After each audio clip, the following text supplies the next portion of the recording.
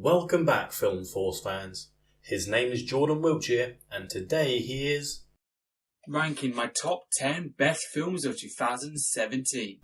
You must feel the force around you. So, 2017 has been a good year for film. We've had some great ones like Blade Runner. I haven't seen it, but I've heard it's great.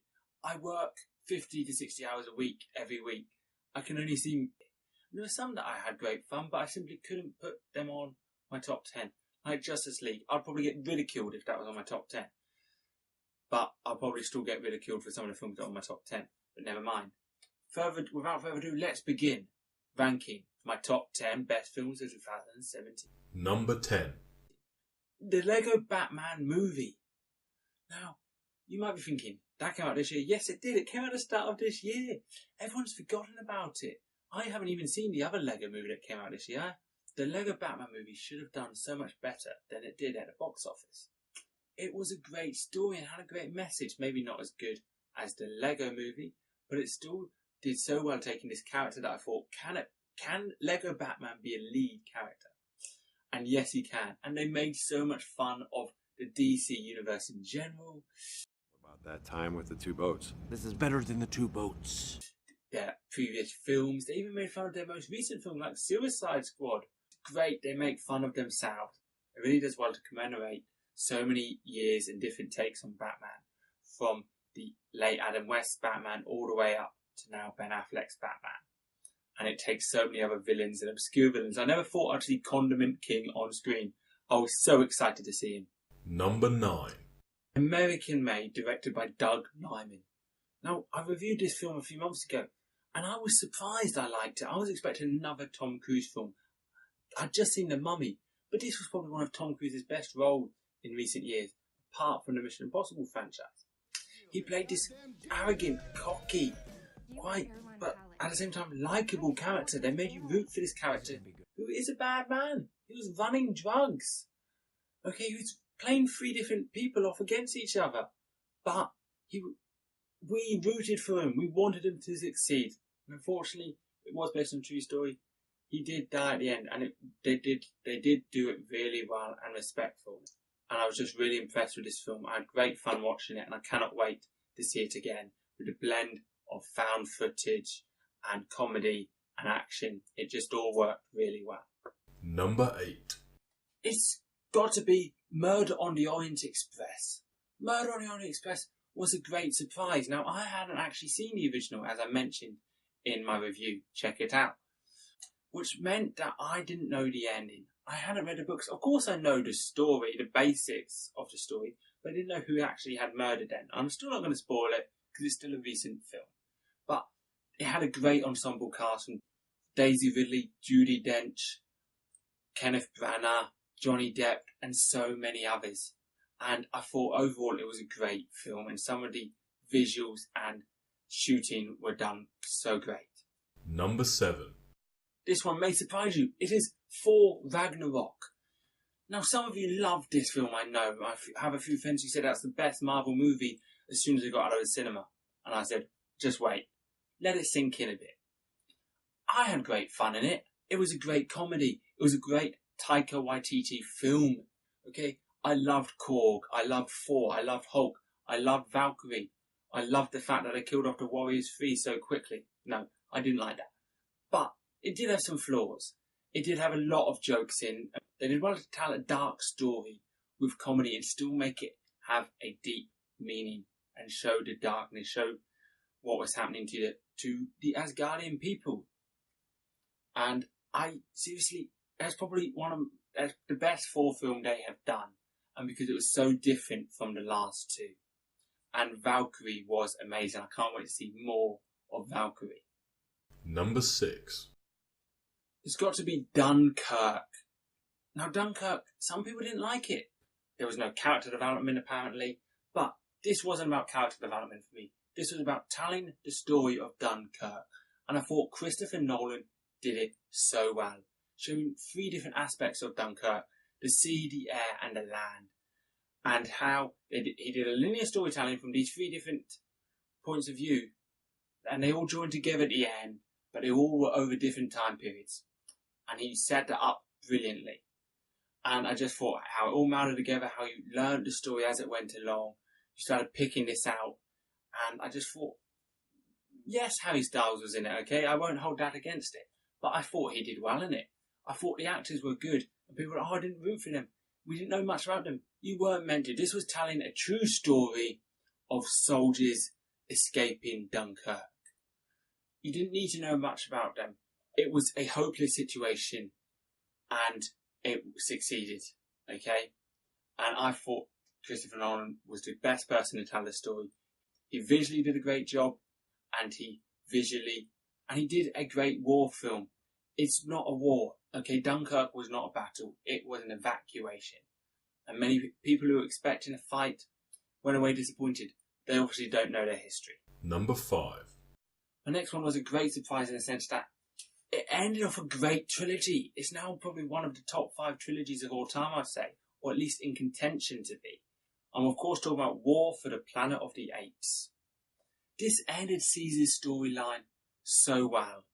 Caesar has been a great character and has developed throughout the 3 films, and just the ending was done so well.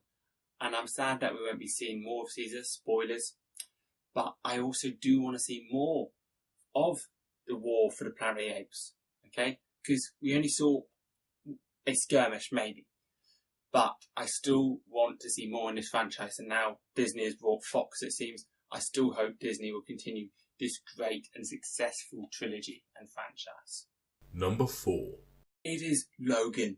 Logan was a great success. It was a superhero film like no other we had seen before, okay? It was this Western-style superhero film, and I know my friends are going to hate on me for saying that. They're like, it's not a Western, there's no cowboys and Indians. They don't understand film. But, never mind, they'll probably comment on that. But Logan was this great cult throwback to those old Westerns. It showed a grizzled man who'd lost faith in himself, was just trying to survive, and that he ended up finding something again to fight for.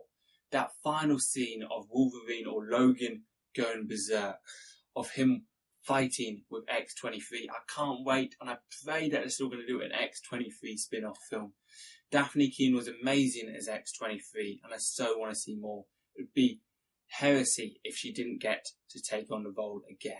And this was a great ending to Hugh Jackman as Wolverine and Patrick Stewart as Professor X. Both of them did a fantastic job in this film, and I hope they at least see some Oscar consideration, or at least this film does. Number 3. It's Baby Driver.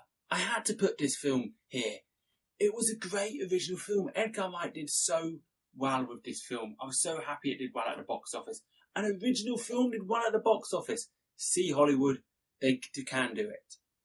This was fun. This had a great cast. It had John Burford for that small role. It had John Hamm. It had Ansel Elgort. Because this was Edgar Wright's dream film, and he did such a good job with it. Okay, the soundtrack is great. The car scenes are great. This so deserves to be high on everyone's best films of 2017. Such a refreshing treat with all these sequels and franchises. It was just an original film and I loved it. Yes, some of the characters may have been slightly weak, but it was this throwback to like a 90s or 80s love story, you know. You could tell what it was trying to do. And I just thought Ansel Elgort and Lily Collins had great chemistry together. Number 2. The Last Jedi. Now, it probably wouldn't appear on some of my friends' top 10 lists. They hated it, and I do not understand why. I've only seen it once at the time of watching this, but nothing they say can turn me against it. I'm going to go see it again in a few days, and a few days after that. Friends and family still haven't intervened yet. But this was such a refreshing Star Wars film. It was new, but it also had the old stuff. It had the stuff we loved. It had Leia. It had Luke. But they were new. It had risky takes. Yes, it was risky, but it worked, I think. Okay? If they hadn't taken risks, they would have just said, oh, they're playing it safe. Star Wars fans can never be happy half the time. But they should be happy with a great risk-taking film. So many more great Star Wars moments. And I cannot wait to keep watching this and then keep arguing about it with my friends who are so deeply wrong about this film. Before I go on to my number one, of course there were some honourable mentions. I had great fun with Beauty and the Beast and Kong Skull Island, him smashing all those helicopters. I enjoyed Justice League, but I have to agree, it's not a great film. It might even appear on another of my lists that I'm doing. Another one I quite liked was Alien Covenant. That was the first Alien film I'd ever seen. Other ones that almost made the list was Spider-Man Homecoming. I loved that film. It had such a unique and refreshing take on the superhero genre with a coming-of-age film. And it was so close to making my number 10. Let's finish this list. Number 1. Wonder Woman. What else could it be? I know again some of my friends will hate me for this. They think it's an okay superhero film. This is probably the best superhero film of the year. Yes, even better than Logan, which was so unlike any other superhero film this year. But Wonder Woman was so great because it was hopeful. It had a great lead with Gal Gadot, managing to convey this innocence of Wonder Woman and its naivety, but beautifully done. Something that we didn't get annoyed with her, that we rooted for her. We fell in love with her. And that scene in the trenches, the no man's land scene, is probably the best scene of this year still. I love that scene. Okay, I've watched this film 3 or 4 times now, and that scene still gives me goosebumps. And that is why it's my number 1. Okay, it got me excited again about Justice League. Wonder Woman was one of the best parts of Justice League, and she was the best part of this film. And Chris Pine's character, they actually managed to make a sidekick actually work, a love interest actually work in the film. Maybe that's because I don't know how they managed to do that, okay? Why can't they do that with female love interests? If they can do it with Chris Pine, they can do it with someone else. Please take note of this film. This was such a great film, and I cannot wait for Patty Jenkins' Wonder Woman 2. And so that concludes me ranking the top 10 films of 2017. Do you agree with mine? Do you disagree with mine? Let me know. Get the comments started. And now let's just look forward to the films that are coming in 2018. Thank you so much for watching. If you enjoyed it, do hit that like button or head down to the comments below. And don't forget to subscribe for the latest videos. May the Force be with you.